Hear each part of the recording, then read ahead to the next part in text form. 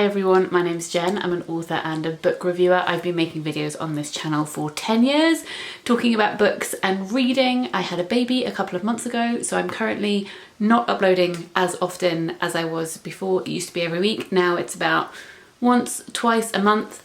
Pull up a seat, come join me. I thought I would start a new reading vlog today. I feel like my intros have gotten longer and longer, but I feel like context is key for anyone who is new. Hi.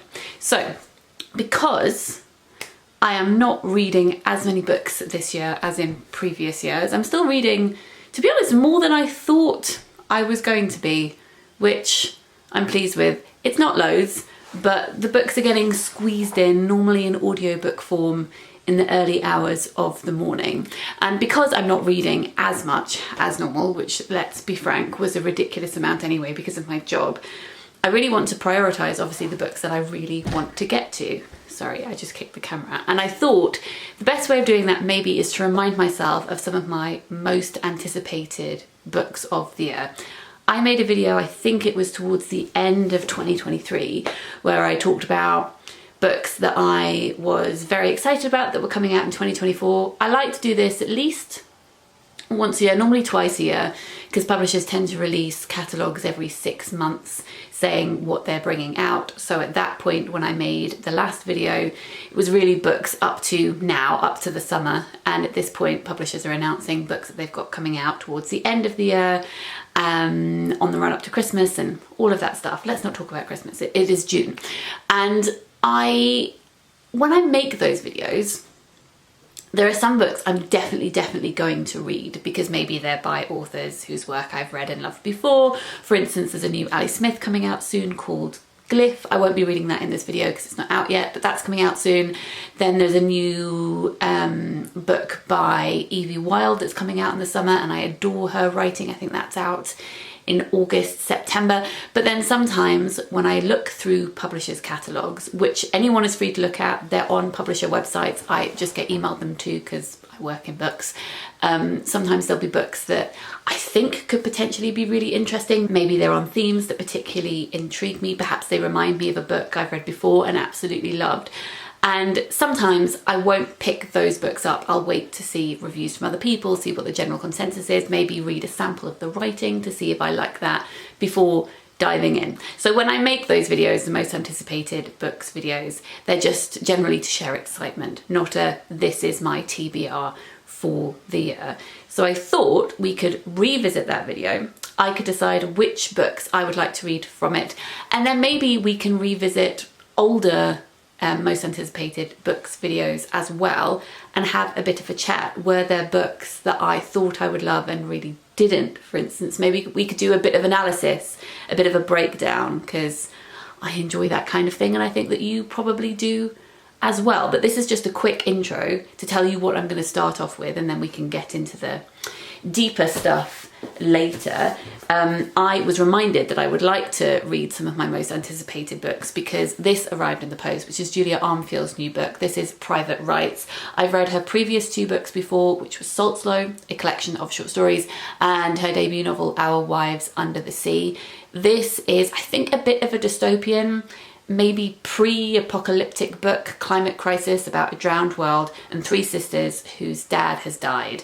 And the language, I'm sure, is going to be amazing because that's what I love most about Julia's writing. And then we have this, which is a short story collection. This is For Such a Time as This by Shani Akilah. This is a proof. The final copy looks like this. This is a collection of stories, I think mainly about black women living in London, I think maybe in their 20s. So I would like to read that one too. As I said, I'm mostly reading on audiobook at the moment because that is how I'm able to get it into my day and also read in the dark when I am doing feeds, because it would be difficult to do that otherwise when I have my hands full as well. So I am going to listen to the Julia Armfield book, but the other books that I'm going to read in physical form I think will be short story collections because it'll be easier to fit one short story in and then put the book down. It'll also stay in my brain, hopefully better as well that way at the moment. So I'll be reading the Shani Akilah. I also remembered that Jen Carson's new short story collection has recently come out, so I've requested a review copy of that. And then I also have another short story collection I maybe would like to get to, but let's also then go through the videos and find a couple, maybe not a couple, at least one more novel to read in this video as well. So that's what we're going to be doing. I feel like, I mean, I've only made one reading vlog since coming back, but I think I said this at the beginning of the last one too, and it still holds true. When I leave the house on my own, it's because I'm going to a hospital appointment, and that is where I get the chance to read in physical form in hospital waiting rooms when inevitably clinics are delayed. So tomorrow I have an appointment at Moorfields, and I'm getting on the tube for the first time in I don't know how long, 5 months possibly, and then I will be at the hospital for a few hours waiting for this appointment. So I will take the Shani Akilah along with me, and I will start listening to the Julia Armfield as well, and I will report back once I have thoughts on those books.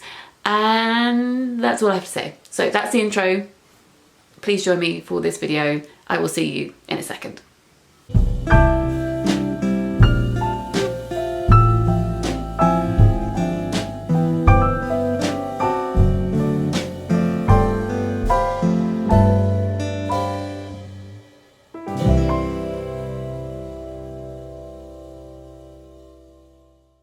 I had such a weird thing happen to me yesterday. So when I got on the tube to go to Moorfields, at King's Cross, a family got on and sat next to me, and I realised that 3 out of the 4 of them had EEC syndrome. I have never in my life run into anybody who has EEC syndrome, like ever. I've met one person before who's called Fran, she's a tennis player, and I actually got loads of messages from you guys because she was in the news because she was playing at Wimbledon.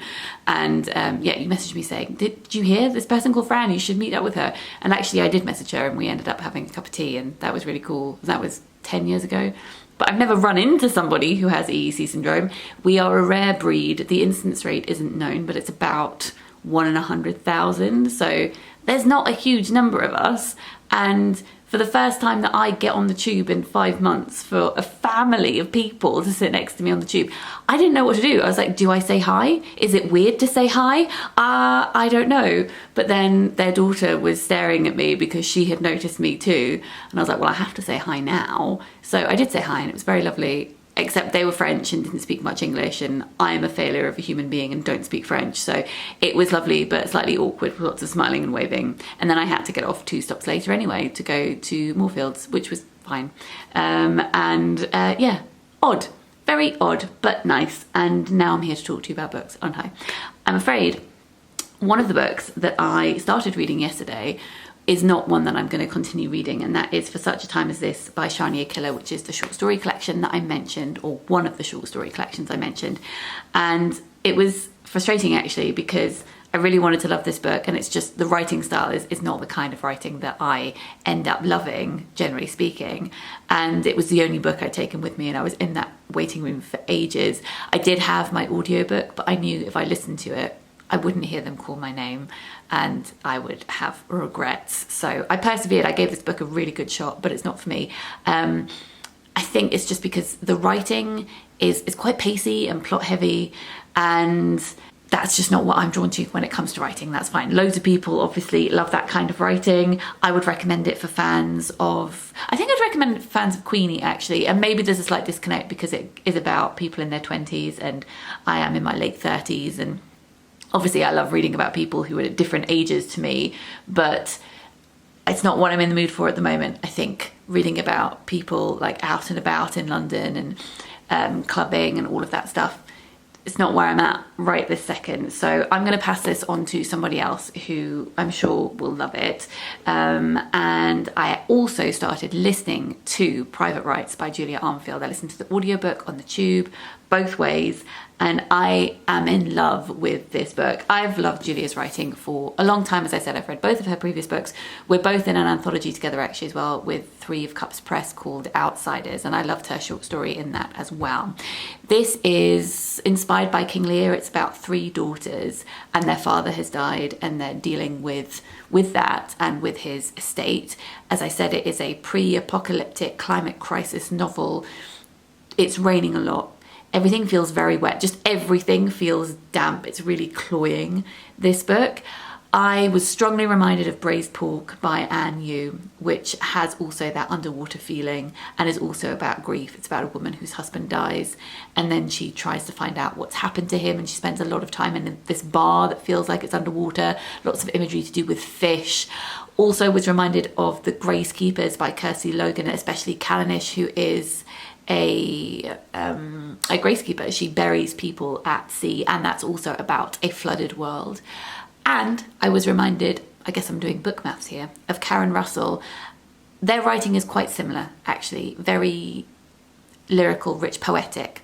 And Karen Russell's most recent short story collection is called Orange World, and there is a short story in that called The Gondoliers, which is about 4 sisters who live in a flooded world, and they have gondoliers and they take people around. I think they take people around, or they're going around picking up rubbish, and they have developed the ability to use sonar like bats because of the new conditions that they live in. And that was one of the stories in that collection that I loved the most, actually. Anyway, I should probably talk about this one. The 3 sisters are called Irene, Isla and Agnes, and we switch between them. I'm not struggling to tell them apart. I think it's deliberately quite murky when we change between them, and I think that is the point. I think that everything is supposed to feel quite fluid, like the setting of the book. So it's not as if the voices aren't distinct, it's just the way the novel is framed means that everything bleeds together a little bit. All of the 3 sisters are queer as well, so we've got fluidity when we're talking about gender and sexuality. One of the sisters really likes to go swimming a lot, so we've got water imagery there too. And I underlined this bit of her going swimming. Swimming can be exceptionally calming, but only if conditions are right. Agnes swims only breaststroke, the way the majority of women without swimming caps tend to. And when she swims, she thinks about things too insubstantial to stand to attention on dry land. Her mind moves with the pointless rolling momentum of B-roll, flicking blandly from songs she used to listen to actors who died, to dinner, to the fact that Dylan Thomas, when young, looked like literally every ugly boyfriend of every straight friend she's ever had. Thinking when swimming is not thinking, but something more like elevator music. It comes as secondary to the fact of her body, to the bald imperative of motion, and it makes her feel easier, more physical, and less liable to come upon a thought that will cause her to scream and never stop screaming. There's this great mixture of the mundane as all of these characters feel really weighed down by things, just the momentum of trying to keep going, as though they're treading water, I suppose. And then there'll just be this last sentence of a paragraph where you really get that undercurrent, and I'm not doing this water imagery intentionally, this undercurrent of rage, like exhausted rage. Speaking of exhausted rage, someone woke up from their nap, so I had to stop filming, but it is now a couple of days later and I finished reading Private Rites. I really enjoyed this book. It changes tone slightly towards the end. There's a shift, not in such a stark way as in Earthlings by Sayaka Murata, where I was going to say you tiptoe into a different genre. You don't so much as tiptoe as it hits you over the head. It's more subtle in this book, but it feels like a ramping up, a snowballing effect, and then suddenly you're very much exposed, or the characters are very much exposed at the end of this book, and plot suddenly happens to them. But if you look carefully at the rest of the book, you would see that this was inevitable and it was always going to happen. It catches you, the reader, a bit unawares, and also the characters unawares, because they have been in denial and have been trying to keep you in denial with them. The whole plot about their father dying is an allegory for the end of the world, though both things in this novel are true. So they've been in denial about their father dying, they've been putting off trying to communicate with him, and also to fix family feuds because they think, oh, I'll just do that in the future.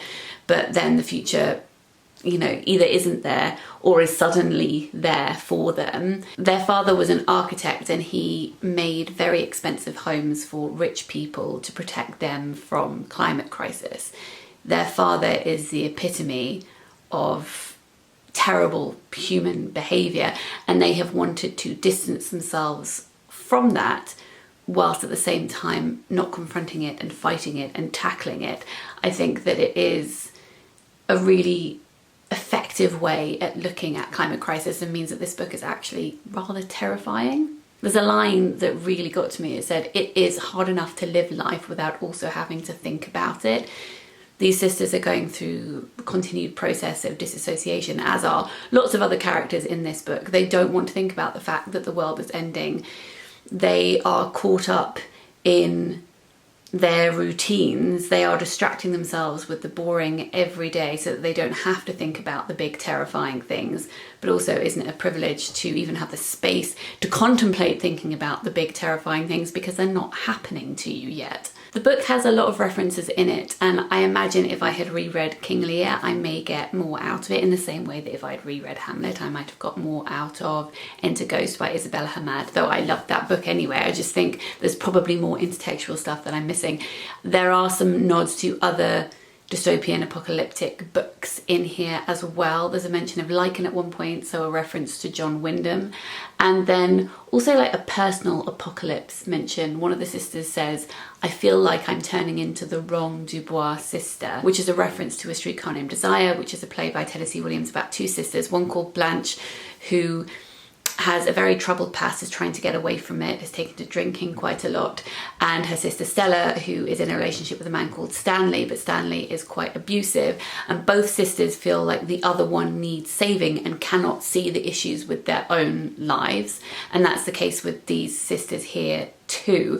When you read that line, "I think I'm turning into the wrong Dubois sister," I immediately thought, oh, she means Blanche. She means the sister who is clearly openly depressed and who is drinking. But then the more I thought about it, the more I thought, well, do they mean that, or do they mean Stella? Like, who is the wrong Dubois sister? It's very openly ambiguous, and I thought that that was really interesting. The book also reminded me a little bit of Severance by Ling Ma, which is an apocalyptic book about the ridiculousness of capitalism and people still trying to get to work to earn money, even though money doesn't mean anything at the end of the world.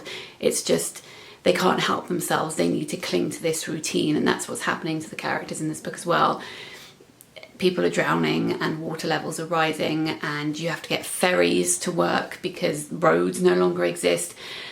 People don't turn up to your place of work. Either Agnes works at a coffee shop and her boss insists that everyone keeps on coming in, but they haven't, sold the coffee in forever. And yes, it's about their father's death and about who gets to inherit his wealth, but really it's about who gets to inherit the earth. What do we want to leave for each other? What do we want to collectively remember, commemorate, embody, pass on? And yeah, I think it's a really thought-provoking book. On a short story front, I have started reading Monstrum by Lottie Mills, which was, again, one of my most anticipated books of this year, and it was one of my most anticipated releases because it's an Own Voices book on, well, not on disability, but incorporating disability as a main theme.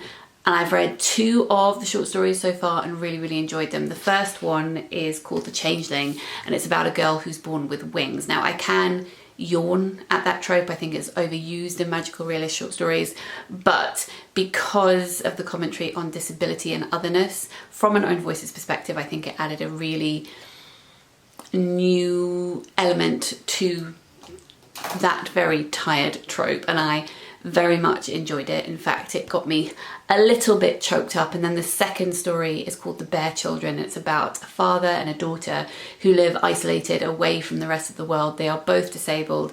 The girl has never met anyone apart from her father, and then one day a woman lands on the shore near where they live. It's kind of a reverse Little Mermaid almost. I have made a video before talking about the queer subtext and disability subtext to The Little Mermaid, which I will link in the description box down below. And this is the first time the girl has met, well, anyone else, but also anyone who is not disabled. And she says to her dad, what's wrong with this woman? Because the woman walks differently to the way that she does, and she thinks that her way is not the norm. I really like how disability was centered as the norm in this story. It also has references to freak shows as well. Just all the things that I am interested in reading about. And also that story got me choked up as well. So I'm very much enjoying this, and I will continue reading it and will report back. I had to giggle because my most recent Toast article went live where I was reviewing the Women's Prize shortlist. And I had a few comments from people saying that our garden looks so beautiful.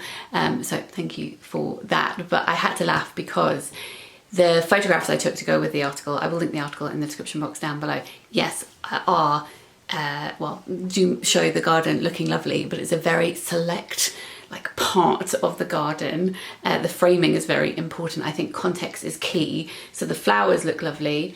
But I know that I took those photos at 4 in the morning, looking extremely dishevelled in my dressing gown with a breast pump whirring and my feet getting wet through my Crocs. I also know that to the left of those flowers is a fence that is slightly falling down, and to the right is a patio that needs repairing.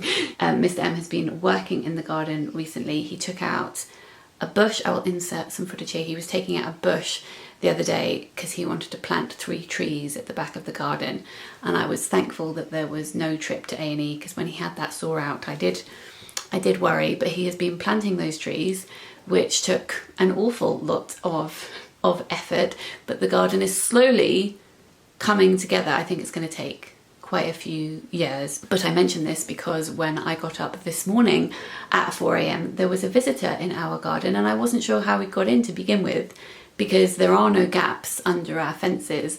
But then I saw him leave by hopping over the fence, and it is a high fence.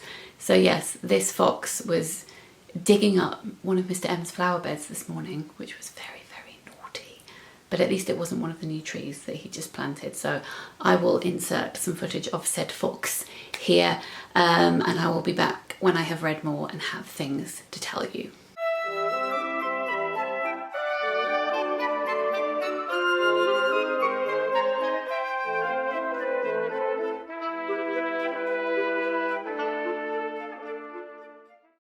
Hi folks, I was just filming another video which will have already gone up by the time you're seeing this, and I thought while I've got the camera out, let me quickly update you on my reading. I have a cup of tea next to me and a cinnamon bun, which I made yesterday, and they don't taste as good the second day, but if you put them in the microwave for 15 seconds, they do taste pretty damn good. I've been doing lots of cooking with the little one recently and letting her smell all of the ingredients, which is super cute. And also I think maybe cinnamon buns taste even better with the added ingredient of drool. Possibly. Not my drool, I hasten to add. I'm feeling fresh today. I washed my hair this morning. Who am I? Who is she? It makes it sound like I don't wash my hair at all. I wash my hair the appropriate amount, but I think because days feel quite long, it feels like a while since I've washed my hair, even though it hasn't been. It's nice to have fresh hair, feel less disheveled than usual, which is quite nice. But as I was washing my hair this morning, I was thinking, what is going on with my alopecia? Because I'm not wearing wigs at the moment. If you're new, I have alopecia. I started losing my hair like 4 years ago. I've lost over half of my hair now, and I started wearing wigs in 2021. Mostly one wig in recent years, this peach wig, which is an ombre wig, and I really like it. And I just don't wear it now because I do not have the time to be thinking about wigs. Also, it would confuse my daughter because she wouldn't recognize me, and also she would just yank it off my head, let's be fair. So I just don't wear them anymore. I'm also not like painting my nails, which also sounds like a very small thing, not painting my nails, but because I have ectrodactyly, painting my nails has always been quite a big statement for me, or at least it was when I started doing it. And I don't remember the last time I ever didn't have nail polish on. I think I've constantly worn it for 10 years. Like, I've never had naked nails unless I'm going in for an operation or something. So I feel quite stripped back at the moment. But as I was washing my hair, I was thinking, wait, I almost felt like, do I still have alopecia? Because I've been throwing my hair up in a messy bun like a cliche, and sometimes you can still see the bald patches, but you can't always now. And I'm pretty sure that before I was pregnant, you could always see them if I put my hair up. Why am I telling you this? I don't know. I've started now, so I'm going to continue. And it may be that just my hair is extra frizzy at the moment, so it's a bit more voluminous. I don't know. But I did think maybe the hormones have corrected some of the alopecia or something. I don't know. Anyway, I then decided I would check by filming my head, because I don't get to see the back of my head, obviously. And as you can see, no, the hair loss is definitely still there. Definitely still don't have more than half of my hair. But yeah, for anyone who was wondering, now that I don't wear wigs, if my alopecia has miraculously cured itself, no, it has not. But never mind, we move on. I am here to talk to you about books, aren't I? And have a cup of tea and eat a cinnamon bun, which I will do when I finish talking to you. I'm aware I haven't done the thing yet where I go back to the most anticipated books video and go through all the titles. Let's do that next time. I feel like I'm always quickly filming snippets and haven't had a chance to really do that bit yet. So let me just talk to you about the reading. I decided I would pick up Mongrel by Hanako Footman. This is a debut and it's about 3 different women and all looking at the loss of a mother in one way or another. We've got a character who lives in Surrey who's lost their mum who is Japanese. We have a character who's moved from rural Japan to London to be a violinist, and we've got a character who lives in Tokyo talking about the loss of her mum. I'm all over this, jumping between, you know, 3 different characters, exploring similar themes. I just think it sounds great. However, the writing style is just really not for me. It feels a little bit over the top in places, and it's just a personal taste thing. But I know, do you ever get this when you read a book? I could read this and finish it and it would be fine. It would be a strong 3-star book. I don't really want to be spending my time reading something where that's how I feel about it. I wasn't itching to get back to it or anything like that. I, you know, think that lots of people will enjoy this, and maybe I'll come back to it if it finds its way onto a prize list somewhere, if that's a list I'm going to be reading for a different reason.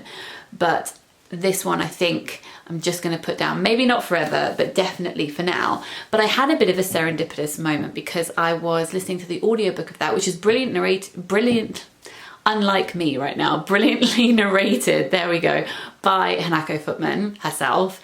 And because she was narrating it and I was enjoying the narration, if not the book itself, I decided to see what else she had narrated and discovered she had narrated one of my other most anticipated books of the year, which is Butter by Asako Yuzumi, which is translated from the Japanese by Polly Barton.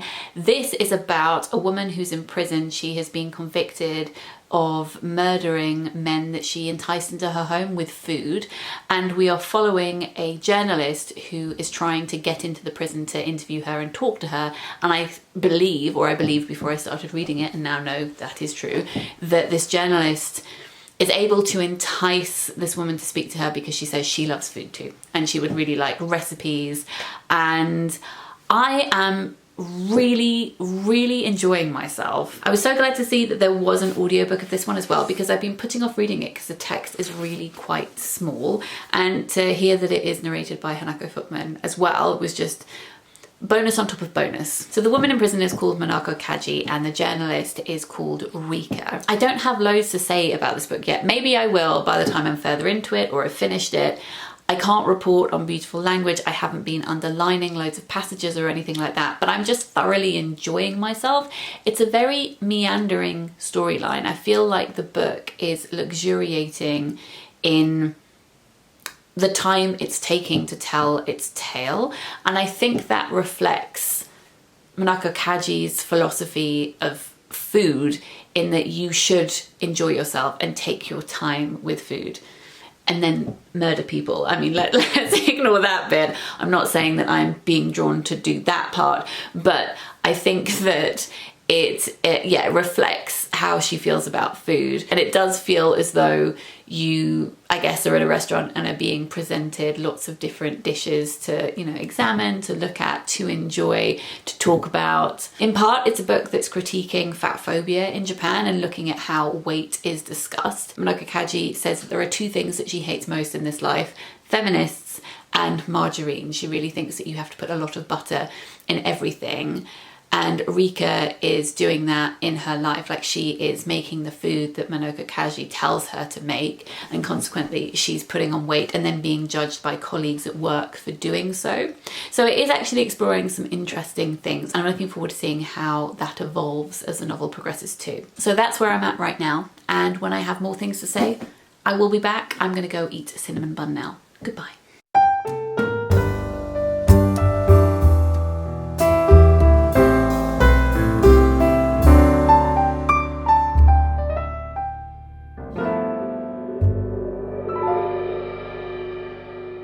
Hi, it's been a couple of weeks since I checked in with you. I mention that because I think it indicates how my reading is going. My reading at the moment feels slightly chaotic and all over the place because I'm writing an article for Toast where I'm reading a short story every day from a different book. So I'm currently reading 7 books, but I am treating that project as a sampling rather than I'm going to read all of these 7 books in full. But I do have a teetering pile of books on my desk at the moment. But 3 of those short story collections are most anticipated releases, so we can have a chat about those in this video. And I finished reading Butter, and I didn't end up loving it as much as I'd hoped. I so thought it was going to be one of my favourite books of the year. I was enjoying myself so much, and then it just deflated like a balloon, and I, as a consequence, also deflated like a balloon and did not have the high energy levels to come in and gush at you about this book because I just feel a little disappointed. I'm still thinking about it ever so fondly. I actually think I would reread it. I loved listening to it. I think it's brilliantly narrated by Hanako Footman, but I just don't know what this book was doing towards the end. Kind of reminded me a bit of Out by Natsuo Kirino. They're completely different books, but in the way that I felt that that book, which I was adoring so much, completely unraveled towards the end, and I just didn't have the confidence in it anymore. You know, when you're reading a book and you trust an author completely, and even if you can't see where it's going, you think, oh, you've got this, I'm in safe hands, you're going to direct me, we'll get to the place that you want to go to, and I'll understand once we get there. With this book, I just thought there are so many different threads here, and I'm not sure that you're holding onto all of them securely, and I really hope that would not be how I felt when I finished it, but I did just kind of feel like that at the end, that I thought, oh, if you'll excuse the simile, it's like this book was cooking too many dishes and consequently took their eye off the ball, and not all of them came out tasting delicious. I don't have a huge amount to say about this book, which is not a great sign for me because this book is 500 pages. I thought it was interesting that it was talking about fat phobia in Japan. I loved the descriptions of food. This book made me so hungry. I thought it was fun how our journalist protagonist was doing some kind of method reporting by doing the things that Manako Kaji told her to do. I thought it had an interesting discussion sometimes on sexual assault. I don't know. Again, just lots of threads that didn't really come together, and I just did not feel satisfied at the end of this book, which is slightly ironic given a huge theme of the book is about pulling together lots of different ingredients to make something that is hearty and fills you up and leaves you feeling satisfied. For the most part, I did enjoy spending time with it. I would say maybe the last quarter is where I really started to become a little bit impatient with it. Would love to know your thoughts if you have read it, because I know it's a huge title this year.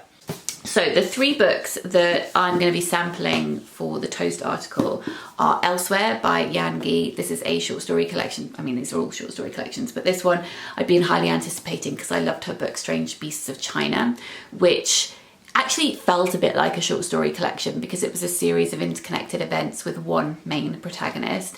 And that one was written in Chinese, translated into English by Jeremy Chang. This is her debut that she wrote in English herself. Then we have Tomb Sweeping by Alexadra Chang, and we also have, which I think I mentioned at the beginning of this video, Quickly While They Still Have Horses by Jen Carson. So those are the 3, along with 4 others that I'm going to be sampling for the Toast article. So I'll talk to you about those at the end of this video and let you know what I thought. I would like to read one more novel in this vlog. I did think about reading Anton Her's new book. He is a brilliant translator. This is his debut novel called Toward Eternity. I started listening to the audio sample of it and I just wasn't feeling it, so I don't think that now is the time. So let me revisit some of my most anticipated books videos to chat with you about that, and then also we can pick the final book that I'm going to read in this vlog. Okay, I've just grabbed my computer and I googled Jen Campbell most anticipated books and 4 videos popped up. I've made more videos than that on this subject over the years, but let's just quickly have a look and see what my hit rate is like for these. So the first one that came up was top 20 books for 2023, and on this list, let's see whether I do actually read the ones that I am anticipating. Now She Is Witch by Kirsty Logan. I did read that one. I liked it, not my favourite by her. I think my huge love of Kirsty's writing is, that wasn't a sentence, The thing I love most about Kessie's writing is her short stories, though I think that she's brilliant, you know, in everything that she does, but I particularly love her short stories, and this was a novel from her. Owlish by Dorothy Sir. I really did not like that book. No, I didn't. The premise sounded great, but the writing style, no thank you. A Spell of Good Things by Ayobami Adebayo. I really enjoyed that one. I didn't love it as much as her debut, which is why I was highly anticipating the sequel. Notes on Her Colour by Jennifer Neal is not one that I ended up picking up. I think maybe I didn't look into reviews on that one. It's not an author who I've read before. The Home Child by Liz Berry. Read that, loved it, love Liz's poetry. She is an absolute gem. This is an interconnected collection of poems looking at an ancestor of hers called Eliza Shoal, who was a home child. So she was sent away from the Black country in the UK to Nova Scotia to work on a farm. It's this weird program that the government set up where children were essentially taken from their families and shipped away. And it's yeah, I didn't know much about that at all, and I really enjoyed, if that's the right word, reading about that in her collection. Blue Hunger by Viola de Grado, again, is a book that I thought sounded brilliant premise-wise, but the writing was just not there for me at all. That one was a debut, and I guess when I'm doing most anticipated releases, looking at debuts in particular, pretty sure this was a debut, it is going to be more hit and miss because I can't base it on reviews of previous books. I can't think about like work by that author that I have read before, just going on gut instinct, and my gut instinct was wrong in that occasion. Shy by Max Porter, I love Max's books, you know that. Death of a Bookseller by Alice Slater, I did read. I had read Alice's short stories before. This was her debut novel. It was a lot of fun. I listened to it on audio, which I would recommend. Biography of X by Catherine Lacey. I put this one on my most anticipated releases list because I loved Pew by her. But I started reading Biography of X and it was just a completely different beast. And listening to other people on BookTube review the book, I realised it was not going to be one that I would particularly end up falling in love with. I've shelved it for now. I may go back to it in the future. I'm not sure. The Last Animal by Ramona Osabel is not a book I ended up buying or requesting for review. I have loved her short stories in the past, but I had a rule that I needed to get to a novel of hers on my shelf before picking up anything else, and I didn't get around to doing that. So I stuck to that rule that I had made for myself. The Moth Keeper by Kay O'Neill. I do actually have that on my shelf, and I think I will read that in this video because that's a graphic novel and I just love their work so much. It's super cozy. I'll pull that off my shelf in a second and we can talk about it. Chrysalis by Anna Metcalf was one of my favourite books of the year that year. That one was a debut, so again, could have gone either way, but I loved that one so much. You may remember me talking about it. I felt like it was a bit of a riff on The Vegetarian by Han Kang, about a woman who tries to reinvent herself, and you see her through the perspective of three people in her life. You never hear from her directly. Also a commentary on social media. I thought it was excellent. There are quite a few other books listed here as well. So it does seem like for the most part I get round to trying the books that I've put on this list, unless I have been put off by reviews for other people or have dived into a book slightly deeper and realised I made a mistake and it's not going to be one that I gel with.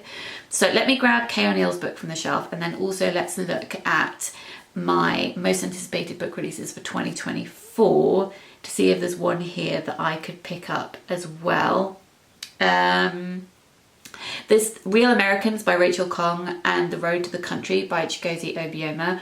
Both of those are still books that I would like to get to. I think they could be on the book along list this year, which is why I'm holding off getting to them. I am planning to do a Booker Prize reading vlog in some shape or form this year. We will see how that goes. So that will be happening soon. The other ones listed on here that I haven't got to are not out yet, apart from Fragile Animals by Genevieve Jagger, which is a Scottish novel about, I'm trying to remember, I think it's about a woman who goes to live on an island and ends up being in a relationship with a vampire, I want to say. Let me find the blurb so that I don't give you false information. Yes, when an ex-Catholic woman develops a sexual relationship with a vampire, she is forced to confront the memories that haunt her religious past. Struggling to deal with the familial trauma of her Catholic upbringing, hotel cleaner Noelle travels to the Isle of Bute. There she meets a man who claims to be a vampire, and a relationship blooms between them based solely on confession.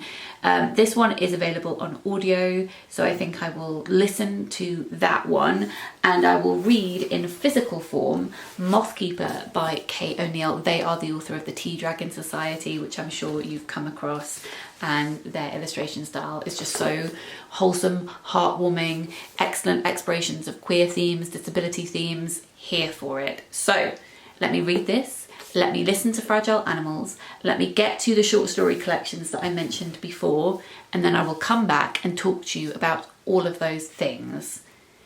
Did I just heavily word vomit at you? Quite possibly. What else has been happening outside of books? A key thing, something that was on our summer bucket list, was to get to Hampstead Heath this summer, to figure out how to do that. Hampstead Heath is about an hour walk from where we are, and I haven't been since, I think it was October, which is such a long time for me given I used to go multiple times a week. I loved walking there, but then I couldn't walk there during the latter part of my pregnancy, and haven't been there in the early part of motherhood. So we finally managed to get there, walked there during one nap time, was there for one wake window, and then walked home during another nap time. And I am just so proud of us for being able to figure that out. It's the small things, okay? It is the small things. And I filmed a few clips of Hampstead Heath because it always looks so lovely in the summer, and I will insert that here, and I'll come back to you to talk about books when I've read them. Goodbye.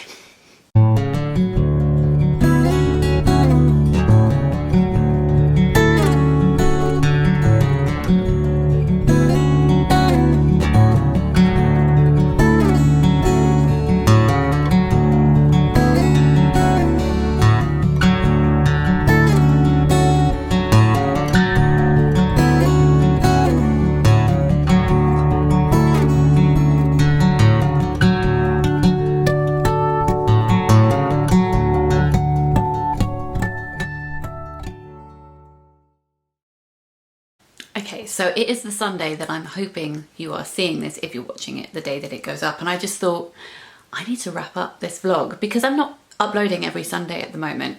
The long reading vlogs, if it's not a specific list like reading a prize list, I could just go on indefinitely, and I feel like I need to stop. I've been filming this for over a month now, and I would like to get it live, and then I can move on to doing the Booker Prize reading vlog. So let me just wrap this up, tell you my final thoughts on the other books that I have been getting to. So I did read the beginning of 3 of my most anticipated short story collections, and we had one that was amazing, one that I really enjoyed, I'm intrigued by, I want to continue, and one that I'm not so sure about. So the one I'm not so sure about was Tomb Sweeping by Alexadra Chang.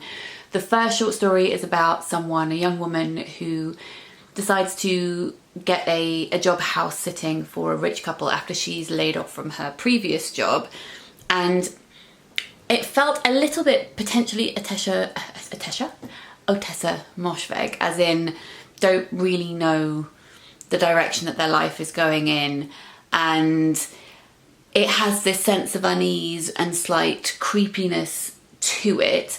Also was reminded of Room and Alarm's Leave the World Behind, I think because it's a house in the middle of nowhere that she is house sitting for, and she's also looking after a dog when she's there, and you just feel like something is going to go wrong at some point. However, I really felt as though it ended before the crescendo hit. And I know that lots of people say about short stories, oh, this one just ended abruptly, or it didn't really go anywhere. And I think sometimes when people say those kind of things about short stories,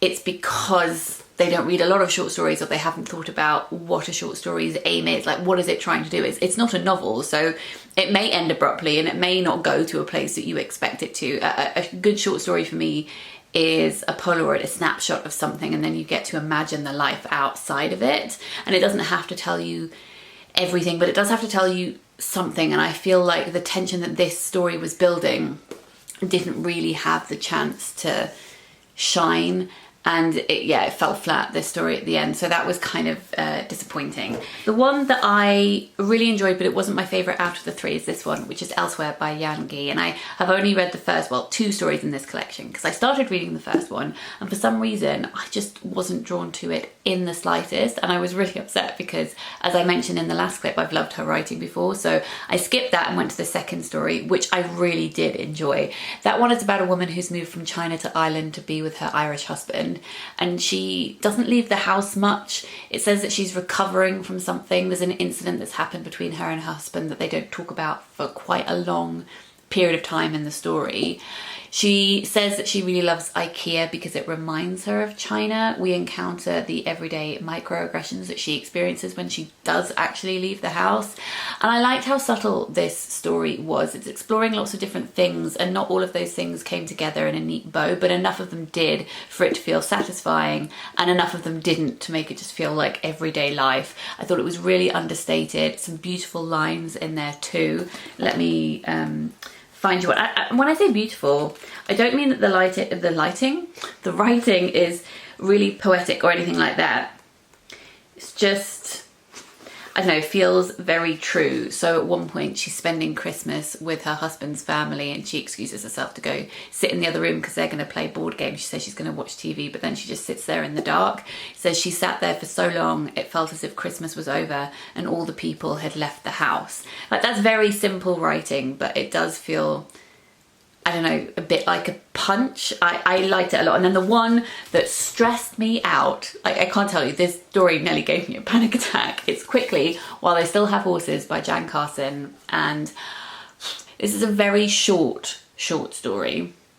It's a couple of pages, and it's about a woman who goes every day to a secluded beach near her house, and then one day she goes there and there's a family there, a couple and their baby, and she's super annoyed because she feels like the beach is hers. No one else has ever been there when she's gone there before, and she knows that that's a ridiculous thing to feel. So she goes for a swim, and then she sits down and she thinks, I'm gonna sit here and read my book even though I can't concentrate because this baby's making lots of noise. So she sits there reading her book, but not really reading her book, or watching this couple who are not keeping a good eye on their baby as their baby inches closer and closer to the waterline. Oh my God, like, it was so tense. If you've never read Jen Carson before, you really should. I can't remember if I said this in the last clip, but her writing really reminds me of Sarah Moss's writing. So if you like Sarah Moss, you will like Jen Carson too. So those are the 3 short stories. I confess that I haven't had the time to read The Moth Keeper by Kate O'Neill yet, and I didn't want to rush it. They deserve, you know, my undivided attention, as does every book really, but I have loved so much of their work previously. I want to savour this, and I haven't really had that time. So I will save this for another day. And the other book that I read, and I feel like we're ending on a little bit of a downer, was Fragile Animals by Genevieve Jagger. This is a no for now, I think, rather than a permanent DNF, but we'll see. I was listening to the audiobook of this one, which is narrated by, let me tell you, because they narrate it very, very well. Hold, please. Library, Fragile Animals, Isabel Wood. She narrates it amazingly. This is about a woman who has decided to go to the Isle of Bute. She's a writer, she has writer's block, so she's going to go there and try and create something. And we jump between that time period where she's staying in a B&B with someone who claims to be a vampire and her past. Why have I DNF'd this book? I think, like with Mongrel by Hanako Footman, I felt as I was reading this that if I finished it, it would sit around a 3-star, and it wouldn't be a book that stayed with me hugely. It wouldn't linger. And as I said, I want to be really spending time with books that I am truly connecting with. It feels so general to say this, but reading this book, I could feel like with Mongrel that I was reading a debut novel. And I don't say that in a dismissive way or a mean way, because it is so hard to write a book. I know how hard it is to write a book. But with debuts sometimes, and I understand this temptation, you kind of feel like you want to throw lots of different things into it. A kind of nervous excitement. And that's kind of how I felt about this book. Also, the structure didn't particularly work for me, jumping between 2 time periods. I think hoped that this would be a little bit like things like Briefly a Delicious Life and Woman Eating. There has been a trend recently of books that have a supernatural character, but with those you're reading from the point of view of the supernatural character, whereas in this you're reading from the point of view of a woman who meets a supposedly supernatural character. I just didn't particularly believe in the book with all my heart and soul, and I felt like I needed to. Interestingly, it did remind me of Nell Stevens' debut novel, which was called Bleaker House, which was also about a writer who had writer's block, who went to an island to try and write a novel. So I will be intrigued to see what Genevieve writes next, because I have adored Nell's next 2 books. So maybe I will be really into Genevieve's next book. I mean, if the premise intrigues you, a woman going to the Isle of Bute, ex-Catholic, who is basically into a series of confessions with a man who says that he's a vampire, then check it out. And some of the characterization in this really, really did make me giggle. It has its moments, but overall, not one that I'm going to continue with. So let me remind you of the success rate of this video. In this video, I tried 5 short story collections. I don't think I'm going to be continuing with 2 of them, which is Tomb Sweeping and For a Time Such as This, but I will be continuing with Monstrum by Lottie Mills, which I've been reading here and there. This is the collection of stories that has a lot of great disability representation. I will also be continuing with Elsewhere by Yang, and also with Quickly While They Still Have Horses by Jen Carson, unless it gives me a heart attack. I mean, it may do. Then I read 4 novels, or attempted to read 4 novels. There was Mongrel by Hanako Footman, which I parted ways with, and Fragile Animals by Genevieve Jagger, which I've also put down for now. Then I loved Julia Armfield's book, Private Rites. Nelly said Burial Rites, that's the wrong book. Private Rites. And you know, I am still thinking about Butter in a way more than thinking about the Julia Armfield, which is definitely a better book, the Julia Armfield one. But Butter by Asako Yuzuki, I already want to reread this. And I know I was disappointed by the ending, but I think I was caught up in that disappointment. And now I've had some distance from the book, I'm fondly remembering the beginning again. So I do actually want to re-listen to this, and we'll see if I enjoy it more upon a second read. And then I will be getting to The Moth Keeper by Kay O'Neill at some point. I just haven't had the chance to do that. So we dived into a lot of books in this vlog. I would love to know if you've read any of these, or if you would like to check any of them out. What's your hit rate with most anticipated releases? Please do let me know. I have started making a list of my most anticipated books for the second half of the year, so that video will be out soon, as will my best books of the year so far video. Then it will be the Booker Prize long list reading vlog, which I am very excited about. And yeah, that's it. If you enjoyed this video and you're not subscribed to my channel, please do hit subscribe. And if you like my content and you would like to consider throwing $1 or £1 in the tip jar, that would be so appreciated, especially at the moment. My Patreon is linked in the description box down below. Support over there allows me to keep making free content for you on here, and also somewhat funds my time at making it accessible by creating captions and all of that good stuff. There are a few extra things over there, like a book club, bookish conundrums, and behind the scenes chats, stuff like that. So go go and take a look if that kind of thing is your cup of tea, and if it's not, don't worry about it, and I will see you on this channel in the not too distant future. I'm sending lots of love. Bye.